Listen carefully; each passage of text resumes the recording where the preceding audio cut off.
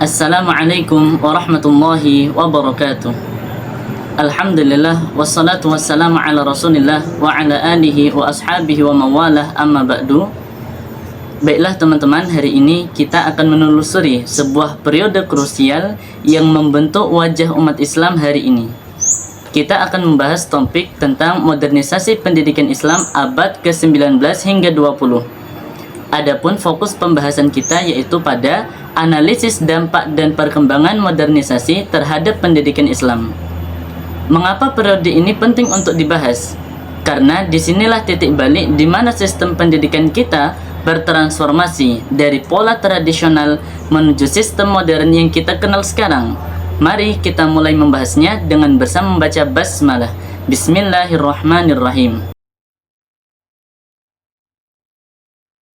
Pertama-tama, mari kita pahami akar masalahnya. Mengapa modernisasi ini harus terjadi? Poin pertama adalah terjadinya transformasi fisik dan sistematik. Selama berabad-abad, pendidikan Islam identik dengan sistem halaqah, yaitu sistem pendidikan dengan duduk melingkar di sekitar guru tanpa jenjang kelas yang kaku. Pada abad 19-20 terjadi pergeseran fundamental menuju sistem klasikal atau sistem pendidikan berkelas.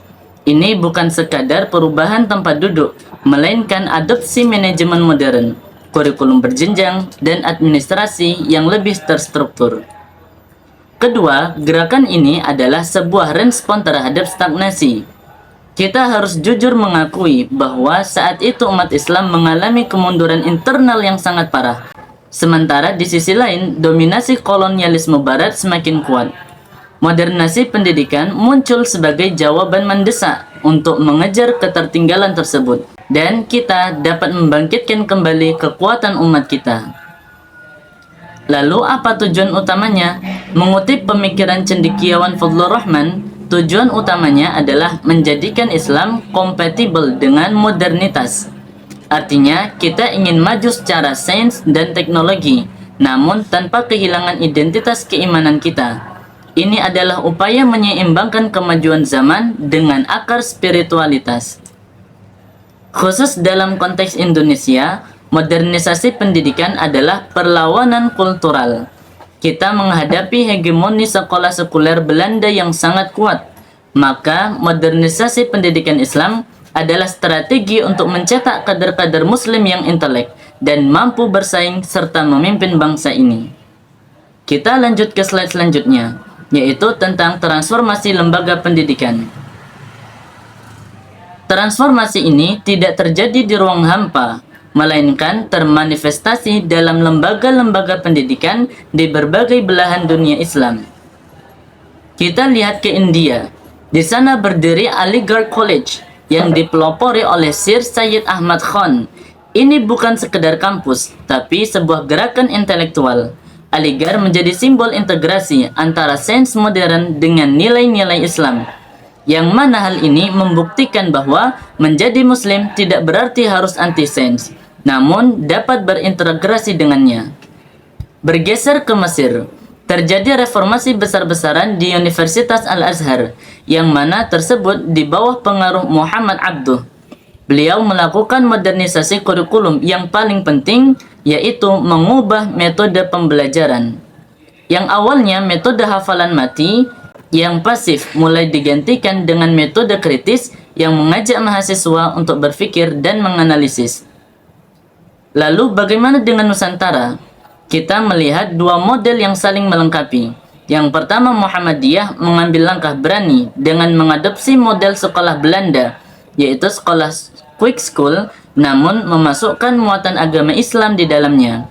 Dan yang kedua, Nahdlatul Ulama atau NU, merespon dengan mempertahankan basis pesantren, namun mulai menerapkan sistem klasikal atau madrasah diniyah yang berjenjang. Keduanya adalah bentuk adaptasi pendidikan Islam di Indonesia yang sangat luar biasa. Kita lanjut ke slide selanjutnya, yaitu kurikulum integratif dan metodologi. Perubahan fisik lembaga tersebut diikuti oleh perubahan isi kepala pendidikan itu sendiri, yaitu kurikulum dan metodologi. Inti dari pembaruan kurikulum adalah integrasi ilmu. para pembaru berusaha keras untuk menghapus sekat tebal yang memisahkan antara ilmu agama atau nakliyah dan ilmu umum atau sains akliyah. Dikotomi inilah yang sebelumnya membuat umat Islam mundur, sehingga penyatuan keduanya menjadi solusi mutlak. Mengutip Harun Nasution, tujuan dari integrasi ini sangat jelas. Kita ingin mencetak sarjana muslim yang utuh, yaitu mereka yang soleh secara ritual ibadah, namun juga tajam secara intelektual dalam memecahkan masalah duniawi. Dari sisi modernisasi metode, terjadi pergeseran dari cara belajar pasif seperti sorogan atau wetonan, di mana murid hanya mendengar, menuju metode yang aktif, kreatif, dan interaktif. Selain itu, mulai diterapkan sistem manajemen kelas modern, ujian, dan evaluasi terstandar untuk mengukur kompetensi siswa secara objektif. Baik teman-teman, kita masuk ke slide selanjutnya, yaitu tokoh pembaru Timur Tengah. Siapakah arsitek di balik ide-ide besar ini? Di Timur Tengah ada 3 tokoh kunci yang perlu kita kenal. Pertama, Jamaluddin Al-Afghani. Beliau melihat pendidikan sebagai alat politik. Fokus beliau adalah pan-Islamisme, yaitu membangkitkan kesadaran politik umat melalui pendidikan untuk melawan penjajahan kolonial. Kemudian kedua, muridnya yaitu Muhammad Abduh. Beliau lebih fokus pada pembenahan internal institusi. Abduh mereformasi Al-Azhar, memerangi taklid, dan membuka kembali pintu ijtihad agar hukum Islam relevan dengan zaman. Dan yang ketiga ada Rashid Ridho, yang mana beliau berjihad melalui majalah legendarisnya yang bernama Al-Manar. Beliau menyebarluaskan ide-ide progresivitas dan rasionalitas ke seluruh dunia Islam, termasuk pengaruhnya sampai ke Indonesia. Sedangkan di tanah air, semangat pembaruan tersebut diterjemahkan oleh putra-putra terbaik bangsa dengan pendekatan yang unik. Pertama yaitu Kiai Haji Ahmad Dahlan. Beliau dikenal sebagai pelopor pendidikan modern yang berbasis amal usaha sosial. Semangat beliau sangat terkenal, yaitu sedikit bicara, banyak bekerja, sepi ing pamrih, rame ing gawe. Beliau tidak banyak berteori, tapi langsung mendirikan sekolah untuk kemajuan umat. Kemudian yang kedua, Kiai Haji Hasyim Asy'ari. Beliau melakukan modernisasi kultural. Meskipun beliau sangat teguh menjaga tradisi turos atau kitab kuning sebagai benteng keilmuan, beliau juga bersikap terbuka untuk menerima bentuk organisasi modern secara selektif untuk memperkuat dakwah pesantren. Lalu teman-teman, upaya panjang para tokoh tersebut membuahkan hasil yang kita rasakan saat ini. Apa sajakah dampak positifnya?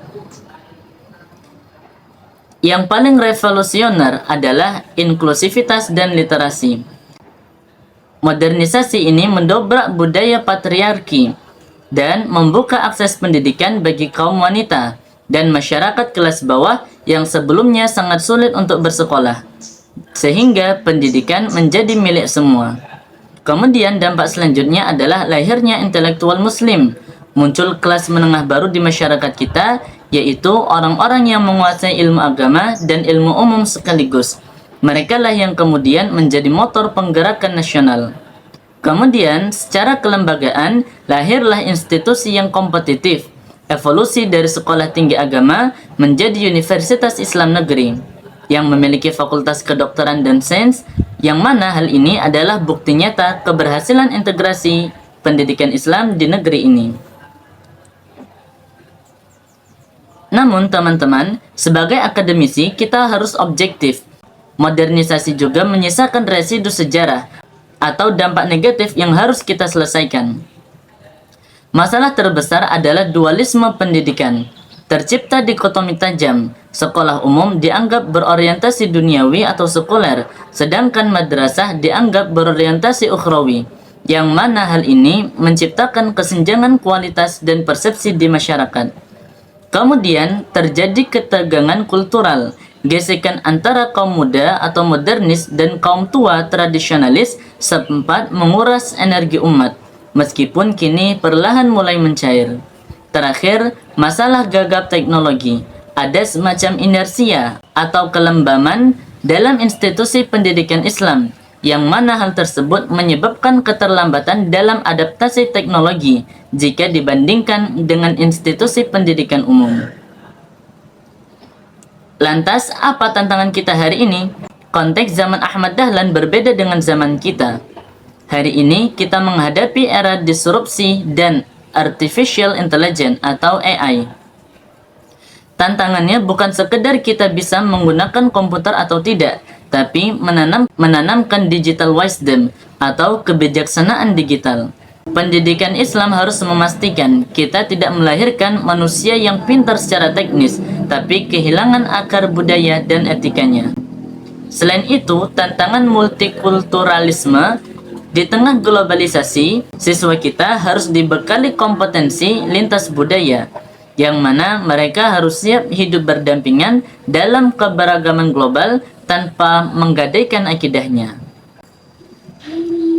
Untuk menjawab tantangan tersebut, kita memerlukan arah baru, sebuah paradigma segar bagi pendidikan Islam masa depan. Pertama, kita butuh integrasi matang. Kita harus bergeser dari sekadar islamisasi ilmu menuju pengilmuan Islam, artinya menjadikan Al-Quran sebagai paradigma berpikir untuk menghasilkan sains yang objektif. Kedua, humanisasi teknologi. Kita harus menempatkan teknologi sebagai khadimul ummah atau pelayan umat, bukan sebaliknya. Manusia tidak boleh diperbudak oleh teknologi, tapi teknologi harus melayani nilai-nilai kemanusiaan. Ketiga, solusi moderat. Pendidikan Islam harus meneguhkan kembali identitas wasatiyah atau moderasi, menjadi pendidikan yang rahmatan lil alamin sebagai antitesis atau jawaban atas bahaya radikalisme di satu sisi dan liberalisme di sisi yang lain. Sebagai penutup pembahasan kita, bisa kita simpulkan bahwa modernisasi abad 19-20 adalah revolusi wajah pendidikan. Gerakan ini berhasil mengubah wajah pendidikan Islam dari yang semula tradisional eksklusif menjadi modern dan inklusif. Gerakan ini juga menjadi fondasi kebangkitan. Meskipun masih menyisakan pekerjaan rumah berupa dualisme pendidikan, sejarah membuktikan bahwa inilah pijakan utama bagi lahirnya Universitas Islam Modern dan para intelektual muslim yang berkiprah pada saat ini. Terakhir, saya ingin menyampaikan saran strategis bagi kita semua sebagai pegiat pendidikan. Saran pertama, akhir dikotomi. Sudah saatnya kita berhenti mempertentangkan ilmu agama dan umum di ruang kelas. Keduanya adalah ilmu Allah yang harus dipelajari dengan serius. Saran kedua, teknologi plus adab. Fokus pendidikan kita ke depan haruslah penguasaan teknologi mutakhir, namun harus selalu dibarengi dengan penguatan adab dan karakter yang kokoh. Demikianlah pemaparan dari saya. Semoga sejarah yang kita bahas hari ini bisa menjadi pelajaran berharga untuk membangun pendidikan Islam yang lebih baik di masa yang akan datang. Saya ucapkan jazakumullah khairan katsiran atas perhatiannya. Atas segala kesalahan dan kekurangan, kepada Allah saya mohon ampun, dan kepada teman-teman sekalian saya mohon maaf dan mohon arahan. Wassalamualaikum warahmatullahi wabarakatuh.